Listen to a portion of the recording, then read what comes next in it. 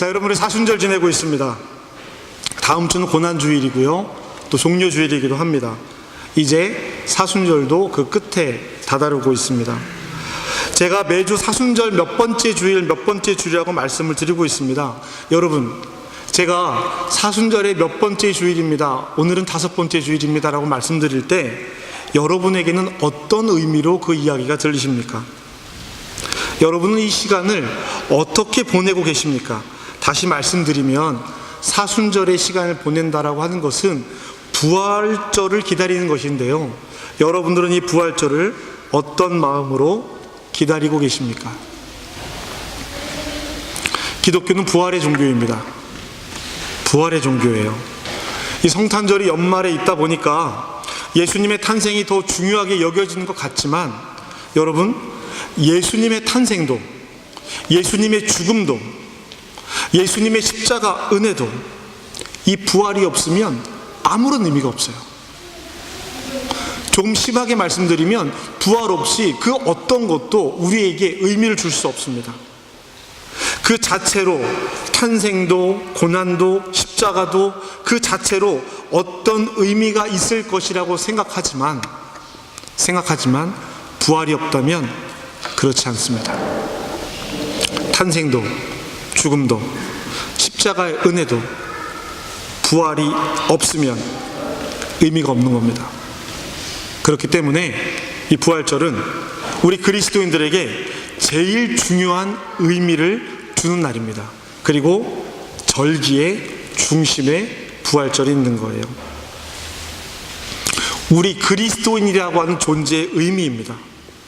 그래서 저는 모든 절기가 부활절을 중심으로 흘러간다라고 생각을 합니다.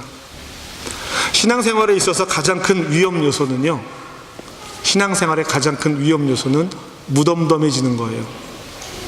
무덤덤해지는 겁니다.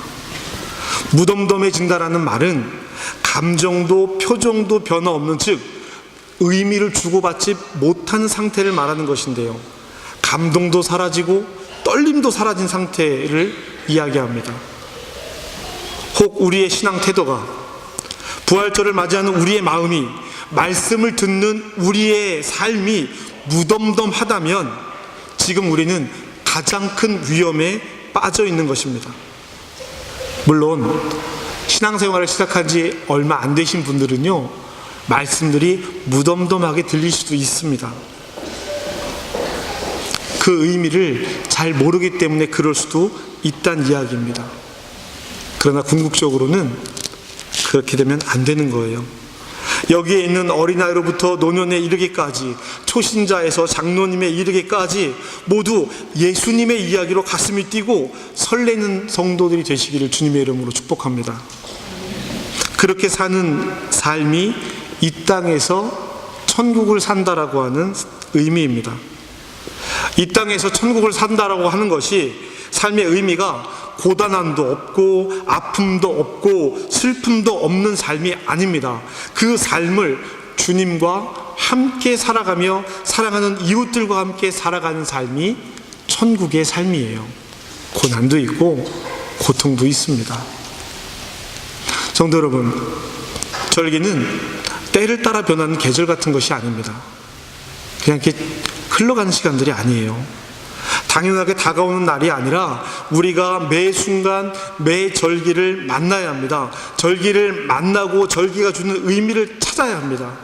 주님의 생애를 따라 흐르는 절기를 통해 우리는 그리스도의 삶을 만납니다. 지금은 사순절이에요. 우리에게 어둠은 빛을 기다리는 시간입니다. 여러분, 죽어야만 부활할 수 있습니다. 거듭남이란, 우리가 예수님께 물었던 그 거듭남이 무엇입니까?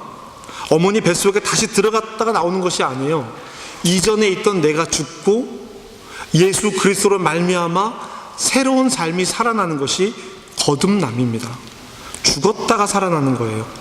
이전 것은 죽고 새로운 삶이 되는 것입니다. 예수님이 없고 예수님과 함께하는 삶이 살아납니다. 세례도 이와 같은 의미입니다.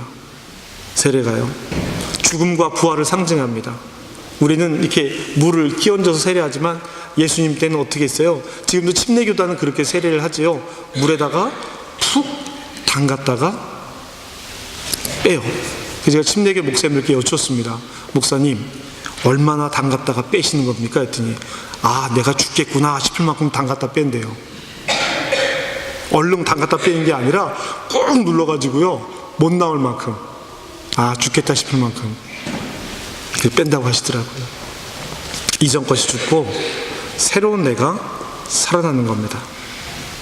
바울은 오늘 그 이야기를 빌립보 교회에게 하고 있습니다. 바울은 어떤 삶이 죽고 어떤 삶이 살아났을까요? 빌립보 교회에게 이야기하는 바울을 상상해 봅시다. 여러분, 오늘 우리가 읽은 성경 말씀이에요. 우리가 읽은 성경 말씀인데, 오늘 말씀을 어떤 태도로, 어떤 마음으로 사도 바울이 이야기하고 있을까? 무덤덤한 태도로 전했을까요? 무덤덤하게, 오늘 4절 있는 것처럼, 그러나 나도 육체를 신뢰할 만하며 만일 누구든지 다른 이가 육체를 신뢰할 만한 건 줄 난 그러하리라. 나는 8일 만에, 이렇게 무덤덤하게 얘기했을까요? 저는 그렇게 생각하지 않습니다. 감격과 감동과 설렘으로 전하지 않았을까요? 이 이야기를 들어보면서 다시 한번 생각해 보시기를 바랍니다. 빌립보서 3장 4절 이후에는 바울의 손실에 대해서 나옵니다. 손실. 바울이 자기가 가졌던 것을 잃어버리는 거예요. 바울은 육체적으로, 즉 자신의 성장 배경에 대해서 먼저 말을 꺼냅니다. 유대인들에게는 이 성장 배경이 매우 중요하기 때문이죠. 8일 만에 할례를 받은 사람들은 정통 유대인들입니다. 율법을 정확하게 지킨 사람들이에요. 율법으로는 바리새인입니다. 율법도 지키고 율법을 아는 것은 바리새인만큼 똑바로 알아요. 그럼 열심으로는 어떤 사람들이냐? 예수와 교회를 박해하던 그런 사람으로 자신을 소개하고 있습니다. 그런데 그런 사도 바울이 지금 이 인간적인 기득권을 포기했다라고 말합니다. 나에게 유익한 거예요. 사도 바울이 지금 포기하는 것은 자기에게 유익하고 이로웠던 것입니다. 유익하고 이로웠던 것을 포기합니다. 7절 말씀. 그러나 무엇이든지 내게 유익하던 것을 내가 그리스도를 위하여 다 해로 여길 뿐이었더라. 바울 자신이 가졌던 기득권을 포기합니다. 무엇을 위해서 포기해요? 그리스도를 위해서 그렇게 했다라고 말합니다. 말뿐이 아니라 실제로 그렇게 합니다. 우리가 예수 그리스도를 위해서 우리의 삶을 포기하겠습니다, 말 많이 하는 경우들이 있어요. 그러나 실제적인 문제 앞에 가서는 주님에게 등 돌리는 경우들이 있습니다. 바울은 철저하게 실제로 그렇게 합니다. 무엇을 위해서? 그리스도를 위해서 그렇게 하고 있습니다. 많은 것을 알고 사는 것보다 예수를 아는 것이 가장 고상한 일이라고 이야기합니다. 그런데 우리는 그 복음을 받아들인 우리는 반대의 입장에 서 있는 경우가 참 많이 있습니다. 바울이 애써 버린 것들을, 바울이 그리스도 예수를 만남으로 애써 버린 그것들을 예수의 이름으로 구하고 있습니다.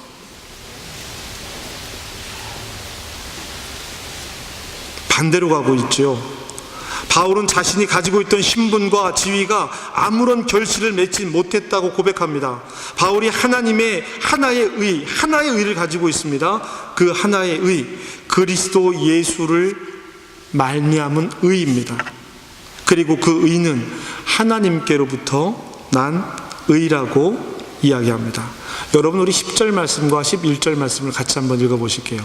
10절, 11절 말씀 함께 읽겠습니다. 시작. 내가 그리스도와 그 부활의 권능과 그 고난의 참여함을 알고자 하여 그의 죽으심을 본받아 어떻게 해서든지 죽은 자 가운데서 부활에 이르려 하노니. 아멘. 공동번역이라는 성경은 이 부분을 이렇게 번역하고 있습니다. 제가 읽어드릴게요. 내가 바라는 것은 그리스도를 알고 그리스도의 부활의 능력을 깨닫고 그리스도와 고난을 같이 나누고 그리스도와 같이 죽는 것입니다. 그러다가 마침내 죽은 자들 가운데서 다시 살아나기 원합니다. 바울은요, 고난과 죽음을 맞이할 수 있는 것이 그리스도의 부활의 능력을 깨달았기 때문이라고 이야기합니다. 바울은 예수님을 삶으로 분명하게 고백합니다. 얻었다 함도 아니요 온전히 이루었다고 한 것도 아닙니다. 내가 이렇게까지 완벽하게 했어. 사실 바울만큼 예수님의 말씀을, 율법을, 복음을 지키며 살아간 사람이 없어요. 그럼에도 불구하고 바울은 나는 온전하다, 나는 다 얻었다라고 이야기하지 않습니다. 그저 그 길을 가고 있을 뿐이다 라고 이야기합니다. 예수님께 붙들려 그 길을 가고 있습니다. 그리고 그 길을 함께 가자고 빌립보 교회에게 이야기합니다. 우리 한민교회, 제가 목회하는 이 시간 저의 지향점이 예수의 길을 걷는 평화의 공동체입니다. 물론 지금 나와 함께 가자고 말하지 않습니다. 그러나 아직 잡을 줄로 생각하지 않고 뒤에 있는 일은 잊어버리고 앞에 있는 것을 붙들기 위해서 앞으로 나가는 자신의 이야기를 합니다. 교회가 해야 될 이야기는요, 이전의 이야기가 아니에요. 이 공간 안에는 어떠한 사람도 예수를 그리스도로 고백하는 사람들은 이 공간 안에 함께 예배할 수 있습니다.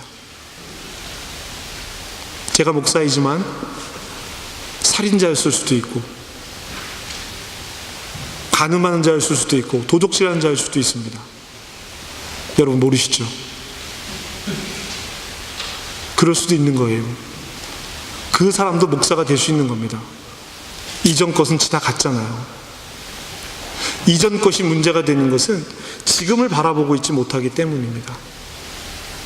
여러분, 바울은요, 이전 것을 잊어버리고 앞에 있는 것을 붙들기 위해서 나아가자라고, 표대를 향해 가자라고 이야기하고 있습니다. 그러면 표대를 향하여 예수 그리스도 안에서 하나님이 위에서 부르신 부름의 상을 위하여 달려가자라고 이야기합니다. 그러나 혼자가 아니라 함께 자신의 표대를 향해 가자고 지금 빌립보 교회에게 이야기하고 있는 겁니다. 그리고 그 이야기는 오늘 우리에게 동일한 음성으로 들리는 거예요. 바울은 자신이 실제로 가졌던 것들을 아직 갖지 않는, 하지만 궁극적으로 갖게 될 것과 맞바꾸었어요. 바울은 학력도 있었고요, 재력도 있었고요, 그 집안에 지위도 있었습니다. 그러나 아직 바울은 십자가의 은혜로 말미암아 표대에 도달하지 못했고요, 하나님 나라에 이르지 못했습니다. 그러나 바울은 불확실한 미래를 위해서 확실하게 자기가 가지고 있던 것을 다 포기하고 버렸습니다.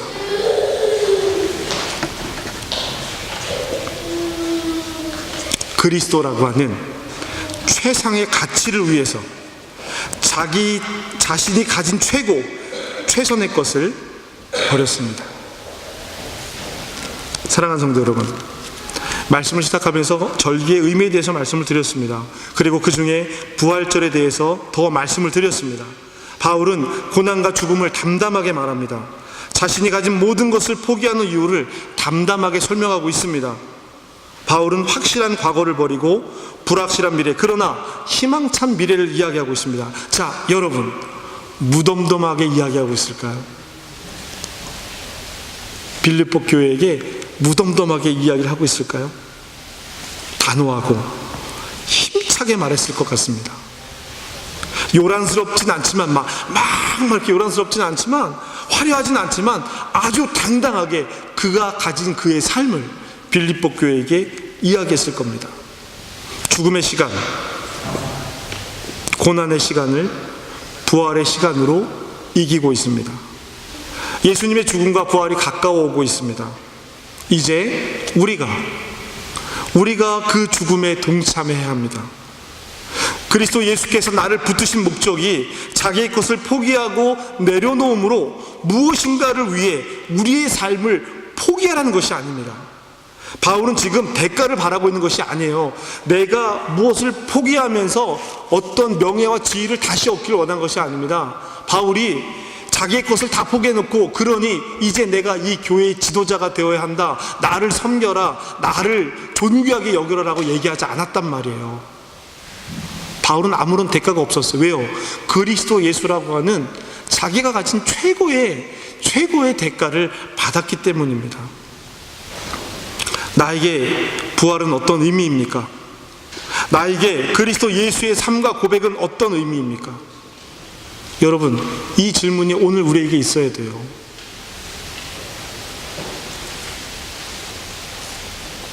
사랑하는 성도 여러분, 오늘 우리는 성찬으로 함께 예배합니다. 이 성찬이야말로 주님의 죽음과 부활을 실제적으로 고백하는 시간입니다.